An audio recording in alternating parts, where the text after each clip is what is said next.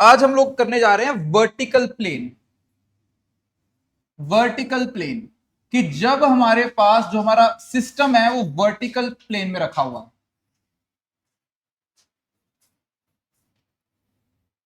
सोचते हैं, देखो कल तक हम लोग जो कर रहे थे ना, हमने हमारा जो सिस्टम था वो एक टेबल के ऊपर रखा हुआ था, लेकिन आज हम वो टेबल के ऊपर नहीं रखा हुआ, ऐसे एक वर्टिकल प्लेन में रखा हुआ है। तो board is a vertical plane for me today.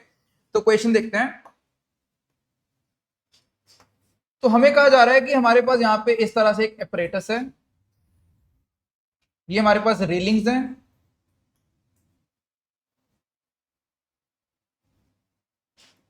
ठीक है जी, और यहां पे एक रॉड को हमने लटका रखा है।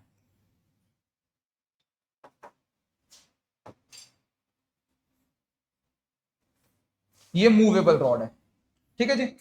और इस पूरे रीजन, और यहां पे एक रेजिस्टेंस आर लगी हुई है, और इस पूरे रीजन में एक यूनिफॉर्म मैग्नेटिक फील्ड एग्जिस्ट करती है,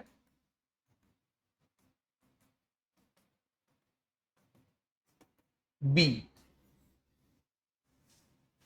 ठीक है। हमें दिया जा रहा है कि जो रॉड है इसकी जो लेंथ है वो एल है, और इस रॉड का जो मास है वो एम है। देखो आज हमारा इसका मास काफी इंपॉर्टेंट हो जाएगा, बिकॉज इस रॉड के ऊपर एक फोर्स लग रही होगी which is equal to M G के बराबर, ठीक है जी। तो लेट्स ट्राई टू अंडरस्टैंड।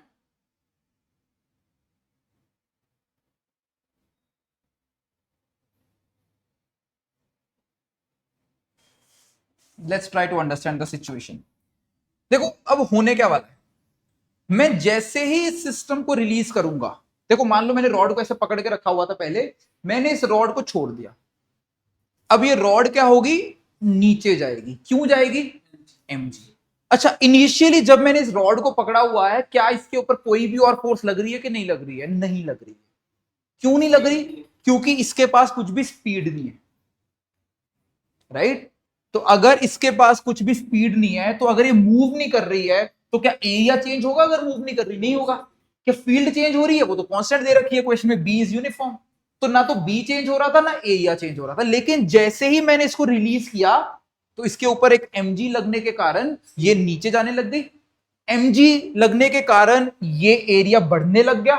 जब ये एरिया बढ़ेगा तो फ्लक्स चेंज होने लग जाएगा, फ्लक्स चेंज होगा तो ईएमएफ आएगी, ईएमएफ आएगी तो आई आएगा, आई आएगा तो इस रॉड के ऊपर एक फोर्स लगेगी। मतलब mg लगने के कारण ये नीचे जाएगी, और mg के साथ साथ अब इसके ऊपर एक और फोर्स लगना स्टार्ट हो जाएगी। उसको एनालाइज करना है अपन ने, ठीक है। तो नाउ फर्स्ट ऑफ ऑल मुझे बता दो, जैसे ही मैं इस रॉड को रिलीज करूंगा ये नीचे जाएगी, फ्लक्स बढ़ेगा कि कम होगा, बढ़ेगा, क्योंकि एरिया बढ़ेगा। और फ्लक्स के बढ़ने से लेंज लॉ क्या बोलता है कि फील्ड को क्या करना है, अपोज करना है। एग्जिस्टिंग फील्ड अंदर है, तो हम फील्ड किधर बनाएंगे, बाहर। तो करंट कौन सी डायरेक्शन में आएगा, एंटी क्लॉकवाइज। तो इसके अंदर एक एंटी क्लॉकवाइज करंट आ जाएगा। क्या ये सबको समझ में आ गया। इस एंटी क्लॉकवाइज करंट के कारण हमारी इस रॉड पे फोर्स लगेगी। फोर्स किधर लगेगी, I DL vector cross B vector. DL किधर होता है, करंट के लॉन्ग, फील्ड अंदर है, तो इसके ऊपर एक अपवर्ड डायरेक्शन में एक फोर्स लगना स्टार्ट हो जाएगी। This is F B. F B का मतलब हो गया force due to magnetic force. ये मैग्नेटिक फोर्स इसके ऊपर अपवर्ड, लेकिन ऑलरेडी इसके ऊपर क्या लग रही है, डाउनवर्ड एक mg। तो इस वक्त पे इसके ऊपर, अच्छा mg एक कांस्टेंट फोर्स है, राइट। मास कांस्टेंट है, g कांस्टेंट है, mg कांस्टेंट है, लेकिन mg लगने के कारण उसकी वेलोसिटी धीरे धीरे बढ़ेगी। वेलोसिटी धीरे धीरे बढ़ेगी तो हमारा जो fb है ये हमारा बढ़ने लगेगा। मुझे सोच के बताओ कि होने क्या वाला है इस पूरे सिस्टम में। होगा ये कि mg बढ़ने के कारण, आई मीन सॉरी, mg लगने के कारण इसके ऊपर वेलोसिटी बढ़ने लगेगी। वेलोसिटी बढ़ने के कारण ये fb बढ़ने लगेगा। क्यों, वो दिखा रहा हूं थोड़ी देर में। और fb मेरा ना शुरू में कितना था, 0 था। 0 से बढ़ता जाएगा, बढ़ता जाएगा, बढ़ता जाएगा। कब तक बढ़ता जाएगा, जब तक ये mg के बराबर नहीं हो जाता। और जैसे ही वो mg के बराबर हो जाएगा, फोर्सेस बैलेंस हो जाएंगी, तो ये रॉड की जितनी भी वेलोसिटी तब तक बन चुकी होगी वो फिर कांस्टेंट वेलोसिटी हो जाएगी। समझ में आ गया। और उस वेलोसिटी को हम लोग एक नाम देंगे, टर्मिनल वेलोसिटी। ठीक है, मैं फिर से रिपीट करता हूं। चलिए काम करते हैं, स्टार्ट कर देते हैं, फिर आगे की बात आगे करते हैं। तो मान लेते हैं कि ये जो लेंथ है, this length is equal to X. और ये लेंथ हमको दे रखी है एल। तो फ्लक्स का एक्सप्रेशन लिखते हैं, flux is simply equal to B into area, where area of this loop is going to be L X, B L into X. मैं तुमसे पूछूंगा कि ई इंड्यूस कितनी होगी, ईएमएफ इंड्यूस कितनी होगी। मैं सिर्फ मैग्नीट्यूड में इंटरेस्टेड हूं, बिकॉज डायरेक्शन मुझे करंट की ऑलरेडी पता है लेंस लॉ से। D phi by d t, तो I would say B into L into d x by d t, क्योंकि बी और एल तो कॉन्स्टेंट्स। क्लियर हो गया यहां पे। dx बाई डी की वैल्यू कितनी होगी, ये क्या होता है स्पीड के बराबर। तो इसका मतलब ये हो गया कि जो E इंड्यूस्ड है ये मेरा v के बराबर है, मतलब v के प्रोपोर्शनल। जैसे जैसे वेलोसिटी बढ़ती जाएगी ईएमएफ बढ़ती जाएगी। और अगर मैं करंट की बात करूंगा I इंड्यूस्ड, बस कुछ नहीं है, ये जो BLV निकल के आया है इसको रेजिस्टेंस से डिवाइड कर दो, करंट आ। अब खुद सोच के देखो, ये करंट है। और अगर मैं तुमको बोलता हूं कि मैग्नेटिक फोर्स कितनी लग रही है, तुम कहोगे सर FB होता है ILB के बराबर। आई कितना है हमारे पास BLV, तो BLV upon R into LB, तो हमारे पास ये निकल के आ गया B square L square V upon R के बराबर, B square L square V upon R। क्या ये चीज सबको समझ में आ गई? B square L square V upon R, इतना FB आ गया। तो जैसे जैसे वेलोसिटी बढ़ते जाएगी हमारी जो मैग्नेटिक फोर्स है बढ़ती जाएगी। शुरू में वेलोसिटी कितनी थी, 0, मैग्नेटिक फोर्स कितनी थी, 0। तो mg लगने के कारण मैग्नेटिक फोर्स हमारी बढ़ती जाएगी। कब तक बढ़ती जाएगी, जब ये FB खुद mg के बराबर नहीं होगा। और एक बार mg के बराबर हो गई तो मेरे पास वो जो वेलोसिटी होगी वो फिक्स हो जाएगी, कांस्टेंट हो जाएगी, और उस वेलोसिटी को क्या नाम देंगे, टर्मिनल वेलोसिटी। समझ में आ गया? तो अगर मैं तुमसे पूछता हूं कि फाइंड करके बताओ कि टर्मिनल वेलोसिटी कितनी है, कि टर्मिनल वेलोसिटी vt हम लोग बोलेंगे टर्मिनल वेलोसिटी, उसका निकालने का तरीका क्या है? तुम ये बोलो कि टर्मिनल वेलोसिटी तब रीच हो जाएगी जब हमारी mg किसके बराबर हो जाएगा, fb के। और fb का फॉर्मूला क्या है, B square L square v upon R, और इस b को मैं क्या नाम दूंगा, vt बोल दूंगा जब वो मेरी टर्मिनल वेलोसिटी हो जाएगी। तो vt की वैल्यू कितनी निकल के आ गई है, mgr upon B square L square, mgr upon B square L square, ये हो गई हमारी टर्मिनल वेलोसिटी। ऐसे हम लोग टर्मिनल वेलोसिटी को फाइंड कर सकते हैं। सबको टर्मिनल वेलोसिटी का मतलब समझ में आ गया कि इवेंचुअली जब मेरी वेलोसिटी इसकी कांस्टेंट हो जाएगी, शुरू में mg लग रही है सिर्फ, लेकिन fb 0 है। mg लगने के कारण वेलोसिटी बढ़ेगी, वेलोसिटी बढ़ने के कारण fb बढ़ती जाएगी, तब तक बढ़ती जाएगी जब वो mg के बराबर नहीं हो जाती, और उस वक्त पे जाके जो वेलोसिटी गेन हो जाएगी that is going to be terminal velocity. किसी को यहां तक कुछ भी पूछना है तो पूछ सकता है। क्या सब कुछ क्लियर है? ठीक है।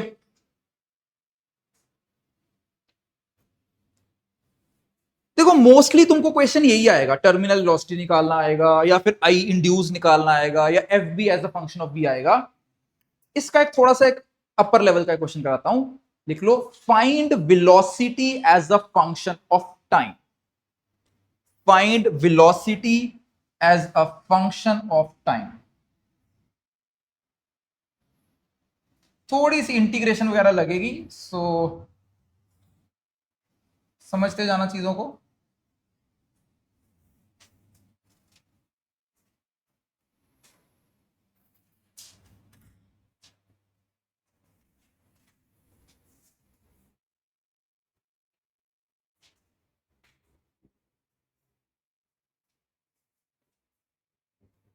Velocity as a function of time अगर मुझसे पूछा जाए तो, शुरू में वेलोसिटी कितनी थी, 0, बाद में एंड में जाके वेलोसिटी कितनी हो जाएगी, mgr upon B square L square. मुझे बताना है किसी टी टाइम पे कितनी होगी। ऑब्वियसली 0 से थोड़ी ज्यादा, B square mgr upon B square L square से कम होगी। मुझे v as a function of time बताना है, ठीक है। तो हाउ वी विल स्टार्ट, तो हम ये बोलेंगे कि किसी भी एक रैंडम बीच में किसी टाइम t की बात कर लेते हैं। उस टी टाइम के ऊपर हमारी उस रॉड के ऊपर नीचे की तरफ क्या लग रही है, mg, अपवर्ड की तरफ क्या लग रही है, fb। और fb डेफिनेटली अभी मेरी mg से थोड़ी कम होगी, बिकॉज fb mg की तरफ कब होगी, एंड में जाकर। अभी शुरू में fb मेरी mg से कम। तो इक्वेशन मेरी ये बन जाएगी फोर्सेस को बैलेंस करके, mg minus fb, this will be equal to mass into acceleration, की net force on the body is equal to mass into acceleration. क्या ये समझ में आया? mg minus fb is equal to mv। Clear है? और F B क्या निकाला हमने यहां पे, ध्यान से देखो, F B comes out to be equal to B square L square V upon R, B square L square V upon R. Basically उस टाइम तक जितनी वेलोसिटी गेन हो चुकी है, ये वीटी नहीं है, वीटी तो एंड में जाके होगी, बीच में कभी V velocity is equal to mass into acceleration. और एक्सेलरेशन को क्या लिख सकता हूं, डीवी बाई डी। मैं क्यों लिख रहा हूं, ताकि V as a function of time निकल के आए। ठीक है, अब आगे देखो, अब मैं लिख रहा हूं डीवी अपॉन, अब ना मैं डीवी के नीचे ये सारा लेके आ रहा हूं, तो बन जाएगा M G minus B square L square V upon R, और दूसरी तरफ लेके जा रहा हूं डी टी अपॉन एम। ठीक है, और एक काम करता हूं, इसमें से एलसीएम ले लेता हूं, तो जब मैं इसमें से एलसीएम ले लूंगा तो एम जी आर बन जाएगा, ये एम जी आर है ना, आर को उधर भेज देते हैं, M R D T by M R. Check करना ये बन जा रहा है, फिर दोनों तरफ इंटीग्रेट करेंगे, चेक करो ये बन रहा है M G R minus B square L square B, हम नीचे ले गए, और दूसरी तरफ D T by M R. ठीक हो गया? अब लिमिट्स देख लो, प्लीज ध्यान से देख लो सब लोग लिमिट्स।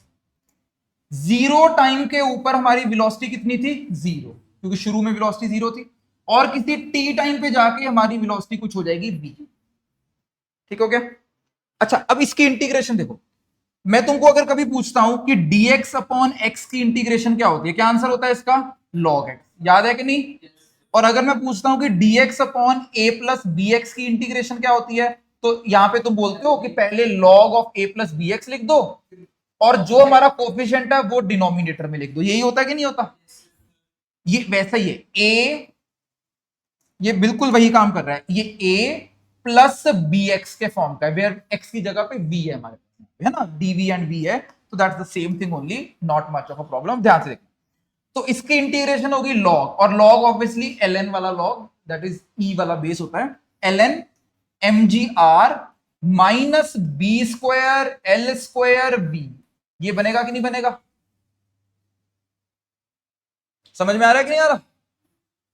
और जो इसका कोफिशिएंट है v का, that is minus B square L square, वो डिनोमिनेटर में आ जाएगा, दैट इज माइनस, माइनस यहां लगा देता हूं ऊपर, बी स्क्वायर एल स्क्वायर,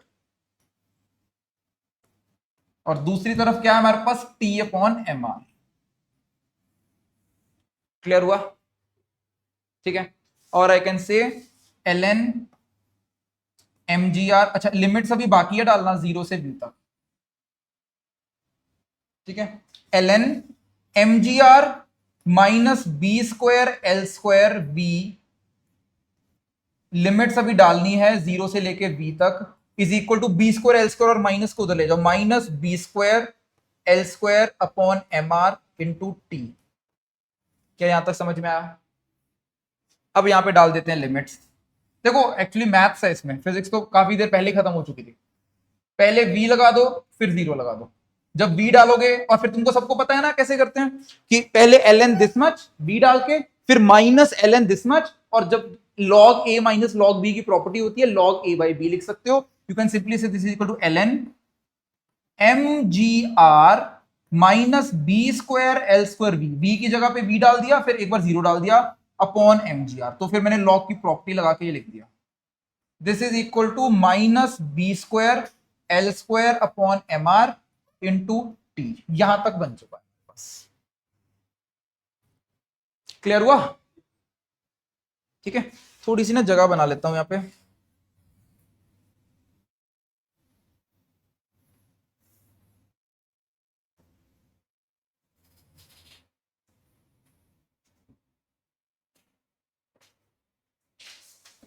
ठीक है, इधर देखो, इसको मैं ऐसा लिख देता हूं, ln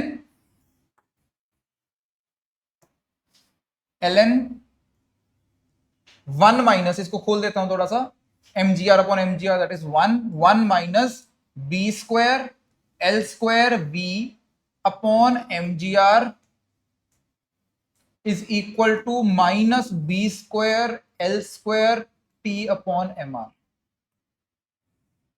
ठीक है, और लॉग की बेसिक डेफिनेशन क्या होती है?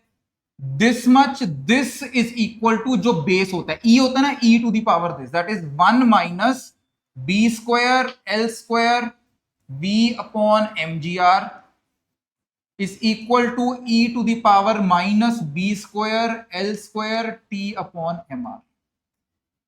ये आ गया। एंड फाइनली इसको इधर ले जाओ, इसको इधर ले जाओ, तो v बन जाएगा, और उसको M G R upon B, उसको उधर ले जाएंगे, M G R upon B square L square 1 minus E to the power minus B square L square T upon M R. जल्दी से चेक करो ये बन रहा है कि नहीं बन रहा।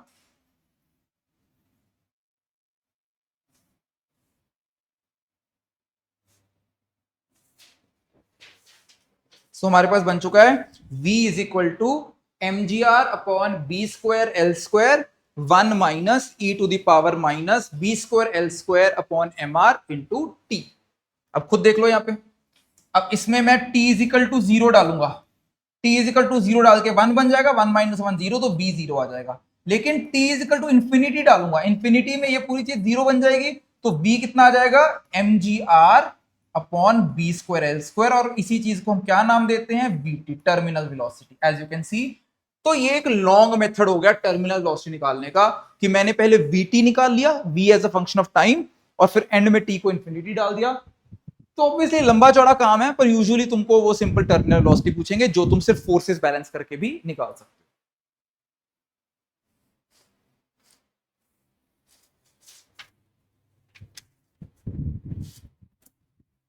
ठीक है।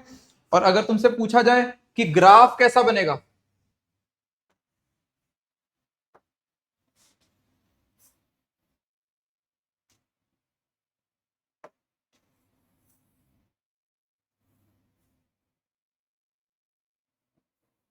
इधर देख लो, अगर मैं पूछूं कि वेलोसिटी वर्सेस टाइम का ग्राफ कैसा बनेगा, देखो ग्राफ ऐसा बनेगा, शुरू में वेलोसिटी कितनी है? 0, और बाद में हमारी वेलोसिटी एक सर्टेन वैल्यू को टेंड कर रही होगी, दैट इज टर्मिनल वेलोसिटी को। तो ये हमारा ग्राफ बनने वाला, तो दिस इज वीटी, कि हमारा ग्राफ टर्मिनल वेलोसिटी को अप्रोच कर रहा है, VT. So this is how the graph looks like. VT value है M G R upon B square L square. This is the graph of velocity versus time, कि exponentially increase हो रहा है। Note हो गया? किसी को यहां पे वर्टिकल में कुछ पूछना है? सबको समझ में आ गया?